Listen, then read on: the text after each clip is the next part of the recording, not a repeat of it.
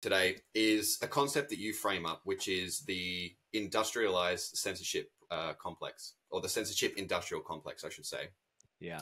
So we're kind of in a weird time, you know.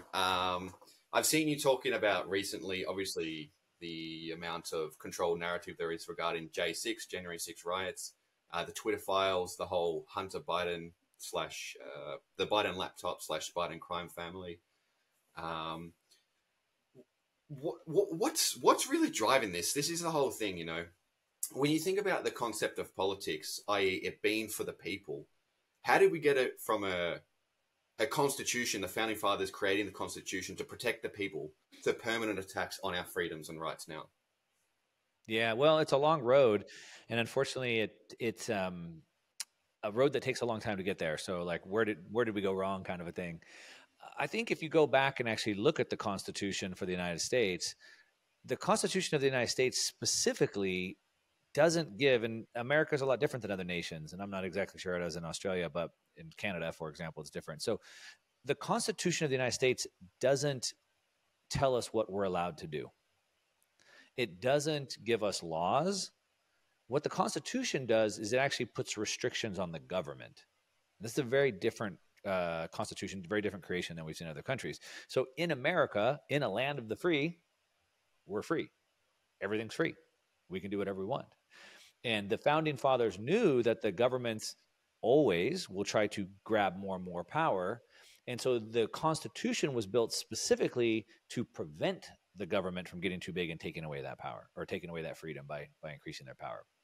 So it's not a problem that's new and unique for us today at this time in your country, my country, whatever. It's the problem that's as old as time. It's human nature. And so America tried to prevent that from happening, but yet here we are.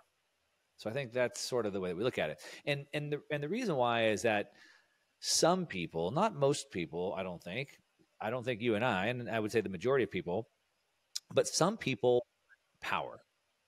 They want status. And you see it across every level of society, let's say. So in my neighborhood, in my homeowners association, somebody wants to get on the board and tell everybody, all the neighbors, what they can do. And in the parent teacher association, they want to tell all the parents what to do. And now, since the COVID pandemic happened, it seems like most customer service jobs, like on the airlines, for example, they want to be authoritarians. They used to be there as customer service to make sure your flight was good, and now they want to threaten to kick you off the plane. And so we're starting to see that there are people like that. And so they rise to power. The problem is that, you know, I forget who said it, but, you know, it's been said many times that absolute power corrupts absolutely. And so what happens is, as you start getting that power, you start to abuse that power. And then the grift and the graft start coming in, and the fraud and the scamming, the skimming, and those types of things. And really, if we kind of go back to more of the United States again, if we look at like the founding of the United States, we'll just take it from this time forward. If we look at the founding of the United States, we had people that left. And so we just celebrated Thanksgiving here in the United States. And Thanksgiving is a time that really celebrates, it really highlights sort of the founding of the United States. And so what happened is, in the early 1600s, 1618, a group of pilgrims, they left or they went to Holland seeking freedom. Specifically, they were seeking religious freedom, specifically. And they wanted freedom so bad, it was so important to them, that they were willing to get on 104 of them get on a 50-foot ship and sail across the ocean, knowing that they're probably not going to make it. Knowing that when they get there, they'll most likely die. But yet freedom over death, right? So many times throughout history, people have said, give me liberty or give me death. And that's where they were at. And the reason why it's important to understand this is because of that sacrifice they made. It wasn't necessarily for them. It was for their kids and their grandkids and their future generations. And so what happens is, in a business or in a country, the leadership sets the culture for that business or for the country. And so we had these founding fathers that went and sacrificed their lives for the betterment of future generations. And then what that did is that spread that culture down. And so then the founding fathers of the United States, Thomas Jefferson, George Washington, et cetera, they also risked their life by signing the Declaration of Independence, and they risked their life for future generations. even 60, 80 years ago, we had people leaving countries, immigrants coming to the United States, sacrificing everything for the betterment of their future generations. But somewhere along the line that changed. Government got bigger, bigger, bigger. People in government realized that they could just start extracting wealth. And it was probably really things started taking a turn for the worse in the 50s and the 60s when they just really started just pulling a massive amount of fraud out. And as the people see this, they don't like it. Well, two things happen. So one, if we fast forward to today, our leaders today are only out for themselves. I'm sure you see, every nation sees that our political leaders bet on the stock market. They do insider trading. Martha Stewart, everybody's favorite home grandmother, she served prison time for insider trading, but yet our politicians are legally allowed to do it. Nancy Pelosi beat every Wall Street trader, every high frequency trading bot, beat it all. And so we see that, right? And when the leadership does that, that's what sets the culture for the country. So now the whole country is out for themselves. No more sacrifice of free generations. But what happens is the people see this, they see all this theft happening, and they're not happy about it. And so when the people are not happy about it, they start talking about it. Well, the leadership can't have that. Nothing can threaten our ability. So we must control the narrative. We have to control the information flow. We have to see and hear everything. We have to be able to control everything. The communication, yes, but even the money, right? That's what the U.S. Treasury is. I made a video a long time ago calling it like the all-seeing eye of Sauron. Really, what the Treasury is the Treasury wants to see every single transaction because they have to control that. But the problem is that the more they try to control things, the more we, the people, are unhappy with that, and the more we push back. So the more we push back, the more control they have to have, which then means we push back more, which means they have to control more. And it's like this spiral, and that leads to where we're at right now, where they've basically created almost created the perfect panopticon, the digital prison that the walls are closing in on. They're basically almost having all those pieces there. So I know you said it started in the 50s, 60s. That's when the corruption and fuckery, if you will, really started to ramp up. But do you think it's directly related, like as in terms of the exponential growth we see in the attacks on freedoms? Do you think that's directly correlated to 1971? And for those who are listening who don't know what happened in 1971, it's when the US dollar was depegged from gold. So do you think that's so directly related to it, or do you think it's just a death by a thousand cuts kind of thing? It's just a natural evolution. No, I don't think it's directly tied to that. The only way I think it would be tied to that would be that getting off the gold standard in 1971 allowed the governments, the U.S. and the governments, to basically print unlimited amounts of money. And with that unlimited amounts of money, they're able to then build out this spider web of censorship and control. And so if they had to live on a budget, they wouldn't have had the money to fund all of this stuff. And so then that would have been greatly stunted, of course. I don't think it has anything to do with that necessarily. I guess potentially you could say that Henry Ford, the father of the automobile, said over 100 years ago, if the American people knew how the banking system worked, there'd be a revolution before the morning. And so, not a revolution next week or tomorrow, before the morning, if they knew how it worked. And so, as this banking system has gotten more corrupt, that was written after the founding of the Federal Reserve. But after the gold standard got cut off in 1971, more people probably would have been ready to have a revolution before morning. And so some of that censorship and control, I guess, builds into that. But mostly, I think it's like I said, they have an unlimited checkbook and they can build all these complexes. So speaking of who's benefiting, I suppose benefit and profit, while they're similar, they're not exactly always the same concept. So who's benefiting and who's profiting from this? Obviously, we can say politicians as a generic, and we can look at specific timeframes. But right now, if we're looking at the drivers, the people making the decisions, who's benefiting and who's profiting? Yeah. So first of all, the they sort of a thing, right? The way that I see it is, if you've ever looked up in the sky, which I'm sure everybody has, looked up in the sky and seen like birds flying in a formation. It wasn't like they sat down and pre-planned that. They're birds. They can't even talk. But what happens is, as they start flying, they all just sort of get in line. And so they around the world are lots of people, thousands of people that I don't believe are all running on one single playbook.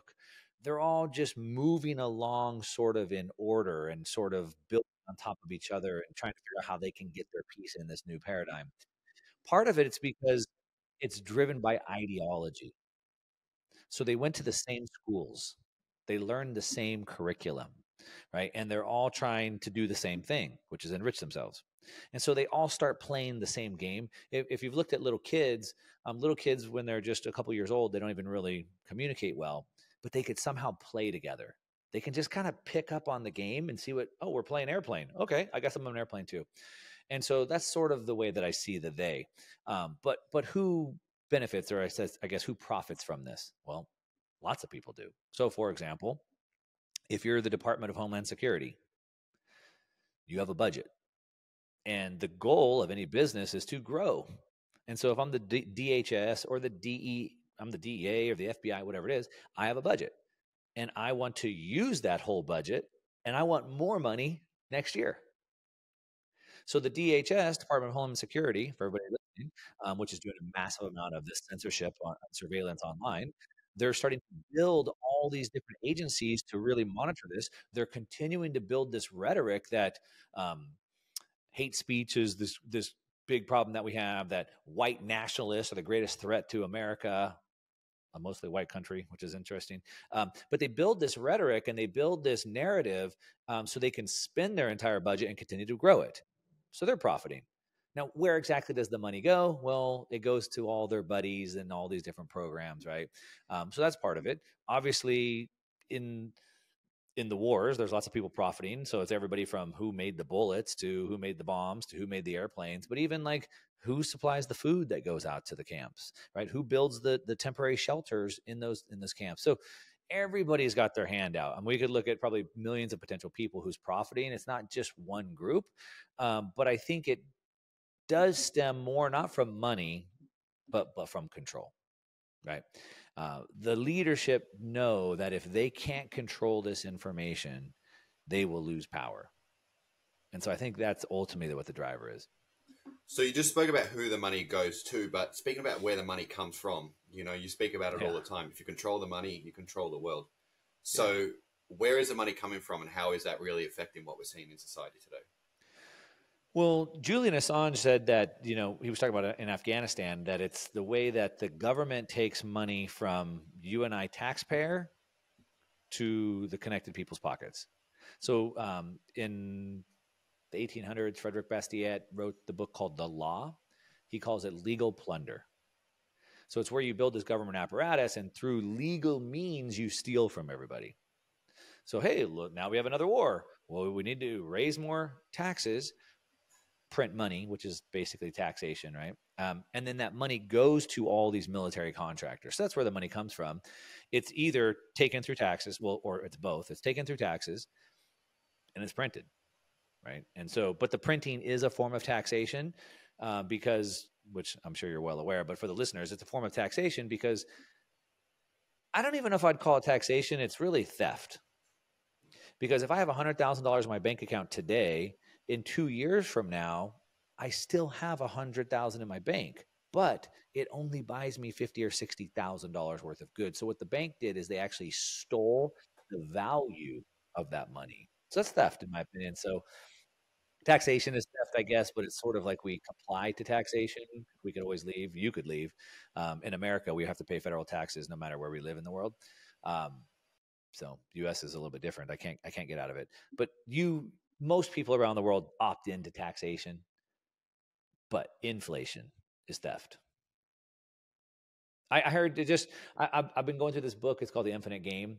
And he was talking about he just nonchalantly talked about this oil rig in the ocean, and it's 48 towers high. It drills 3,000 feet below the ocean, and it cost $1.4 billion to build this rig in 1997. But in today's dollars, that's $5.4 billion. And he just says that, in today's dollars. And I was like, let me hit pause. Let me talk to my wife. I'm like, did you hear what he just said? 1.4, but in today's dollars, 5.4. What does that mean? And that's the theft. That's the theft with inflation.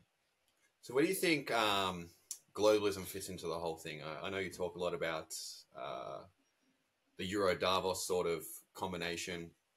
you obviously have other players in there that are not so directly tied, like the IMF, although Christine Lagarde comes from the IMF, right? But where do you think globalism in general fits into the censorship?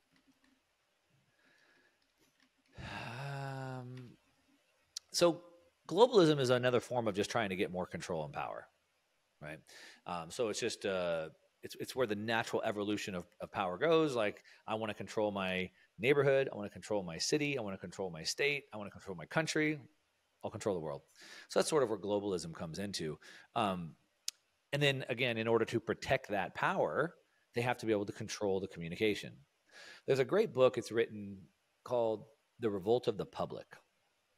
And in that book, he basically talks about how once you and I, the people, have access to the information, the powers that be that need to control that narrative can't stay in power. And you can see this many times throughout history. And the one that I reference back to all the time was the printing of the Bible in the Protestant Reformation in the 1500s. And so you had the church and the state, and they had control over the narrative, a centralized form of power. And they told the people what the Bible said. And then by manipulating that and controlling that narrative, they were able to get the people to do whatever they wanted. But once the printing press, a piece of technology that came out 70 years earlier, and printed the Bible, and the people got it, they said, wait a minute, everything you've been telling us is a lie. This isn't true. And of course, the church and the state tried to stop that. They labeled them heretics. They put them to death. They killed millions of people, but it didn't matter. The truth was out. And so that's what happens when the government can't control the narrative. Now, today we have the internet. In that book, he said that it was a ex-CIA analyst that wrote it, Martin Gurry. And he said the first year, well, not the first year the internet came out, but we had the dot-com boom in the year 2000. We had the dot-com crash. So in the year 2001, more information was created that year than all of humanity before it. And then double that the next year, and so on and so forth. And he goes through many examples, but like in 2011, the Arab Spring that overthrew the Egyptian government, that started because of a Facebook post, right? And so now the government wants to gaslight us and say, oh, it's a mostly peaceful protest. And people are on the ground posting pictures on Twitter going, what do you mean? This whole place is on fire. Or vice versa. They say, oh, look how dangerous it is, all these people. And people are like, wait, I'm here. There's nothing going on. Right. And so the power of the crowd, the internet has connected us in a way that's so powerful. And the revolt of the public, us, now we have the information and we see we're being lied to constantly. And so the center, which is the control, they'll never be able to hold. And so globalism is trying to control the whole world. And so then they have to be able to censor the whole world at the same time. Luckily, I think it's all falling apart. The pendulum is swinging back, as I talk about all the time. I think it's breaking apart. And I think that chapter's over for now.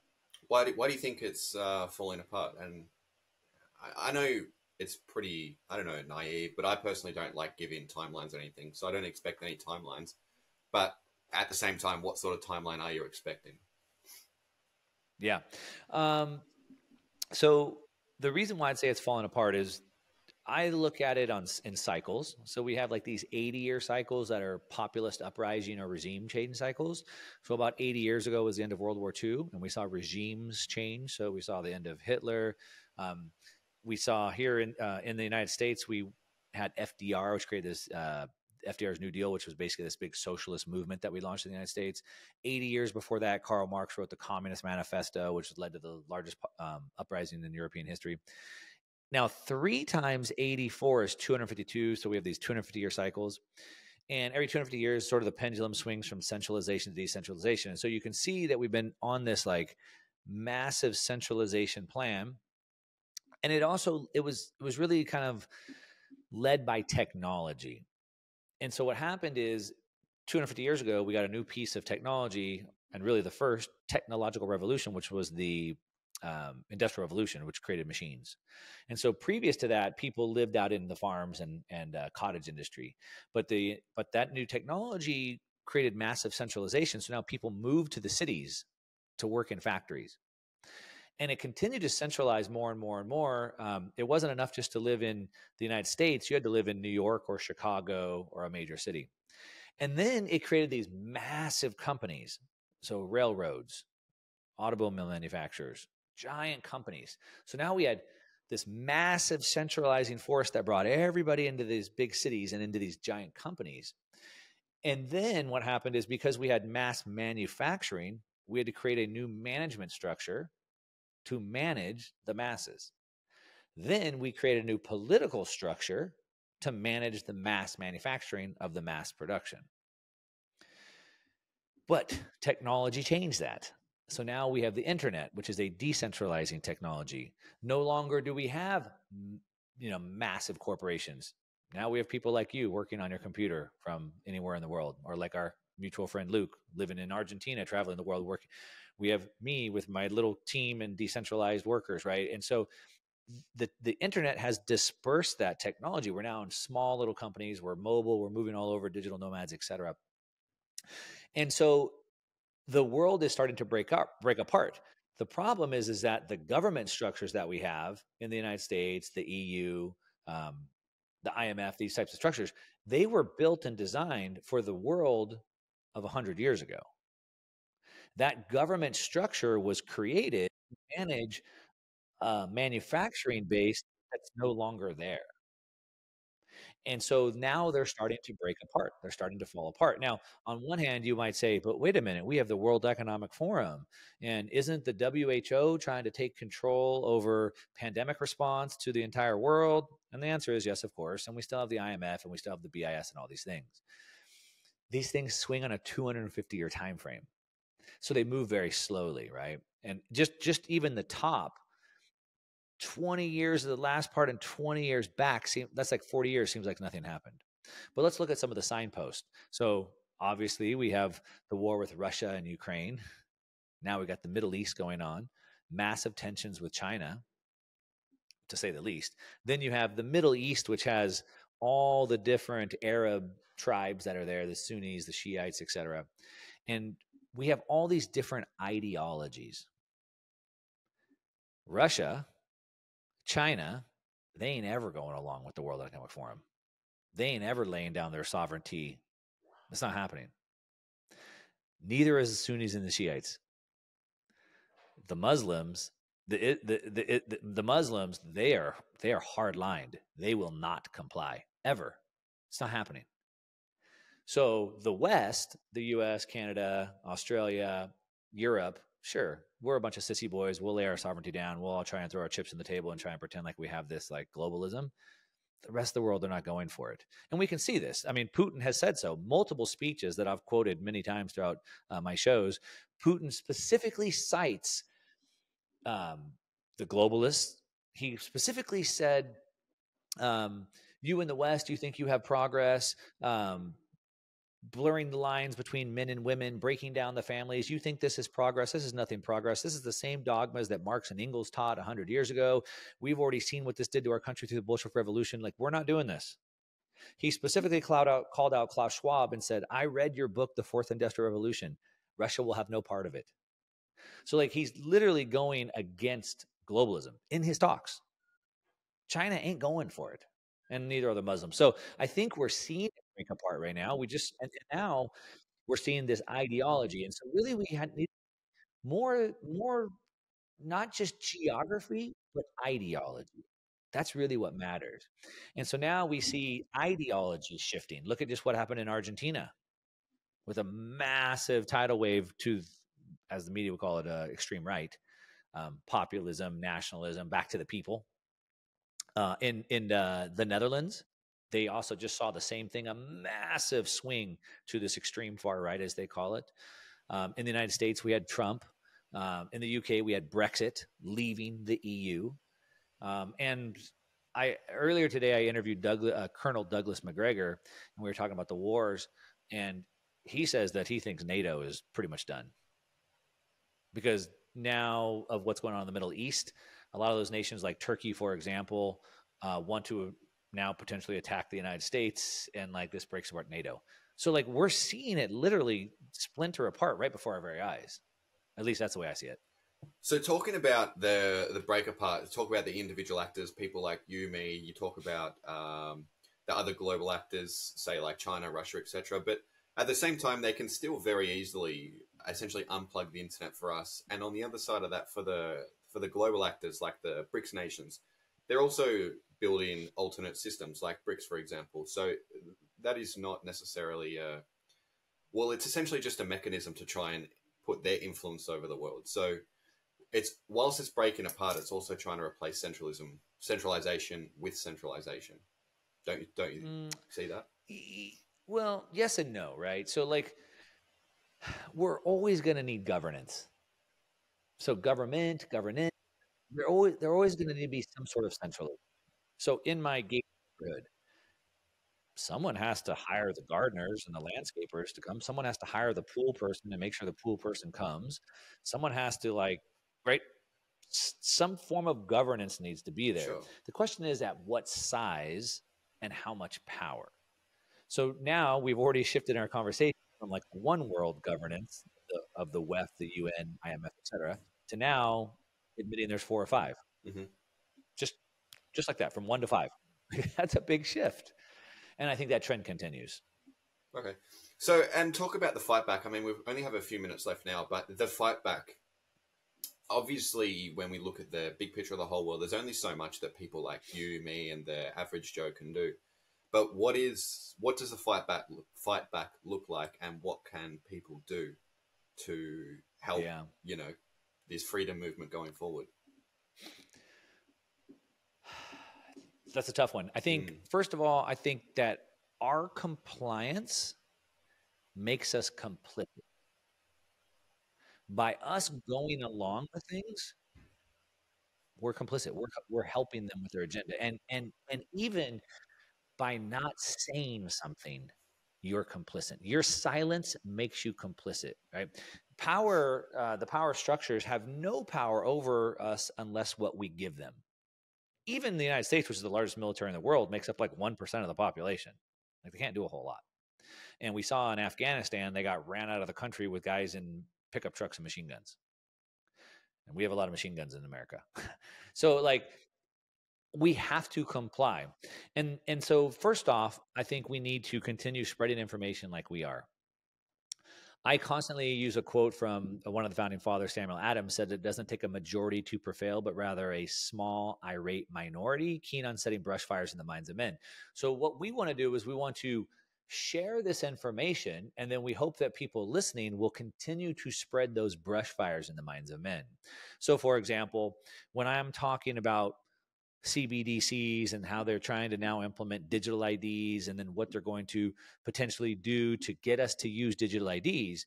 When we talk about that information and people go spread that, then when it happens, people go, oh, I know what's going on here. I knew a year ago you were going to do this. And so we're not susceptible to those sort of that gaslighting and those games they're trying to play with us. So it starts first by arming ourselves with information. 2, people like you and I should share that information, and everyone that hears it should continue to spread that information, which is back to why they want censorship. And then we need to be able to protect ourselves as best as we can. And this means different things for different people, depending on who you are and what resources that you have. I believe that the world is very uncertain. And so I don't know what's going to happen. And so the more options I have, the more equipped I am to deal with the uncertainty. The more money I have, the more options I have. Now, if you don't have a lot of money, that's okay. You can still just figure out what it is that you can do. But if you can't be somewhat self-sufficient, somewhat sovereign, you're a slave. If I'm living paycheck to paycheck, I'm a slave. I can't even quit my job and find a better job because how will I pay my bills? So if I save up 3 months worth of savings, now I could at least quit my job and go find something else. So just even that 3 months of savings, if I have 2 weeks of food, I've started to buy house and land in other states in the United States as well as other countries. That's cool, Mark. Good for you. You have a lot of money. I can't do that. Well, but what you could do is you could go visit Mexico, Nicaragua, El Salvador, Argentina. You could visit there. You could find a city in Argentina or Venezuela that you like. You could learn the area and maybe meet a couple people. Now you at least have a community. I didn't have to spend any money. I mean, I had to spend my plane ticket to get there. But at least now, if something were to happen in whatever country you're in, at least you have a plan. At least you have a place to go. At least you know people there, right? So there's minimal steps that you can do. You don't need to go full way. So one, we need to be aware of what's going on, educate ourselves, and we have to continue to spread these ideas to other people. 2, we have to become more sovereign for ourselves, whatever level you can achieve, so that you can stand firm and you have some pushback. We saw too many people during the pandemic. It was quit the job or take the jab. And they opted to take the jab. And now, unfortunately, lots of people are paying the price for that. What are you going to do to me? Fire me? I've never had a job in my whole life. Literally. Well, I had one job. Seriously, I had one job. So what are you going to do? Fire me? Good luck. Right? And so you just have to be able to insulate yourself. Yeah, that's about it. Man, there's so many topics. Pretty much everyone who comes onto this, onto the pod, I always have so many questions left, but we have run out of time. So, Mark, thanks so much for coming on. It's been an absolute pleasure, and I hope to get you back on sometime in the future. Yeah, we'll do it again, and maybe we can dive down in a couple of these little rabbit holes one by one. I'd love to.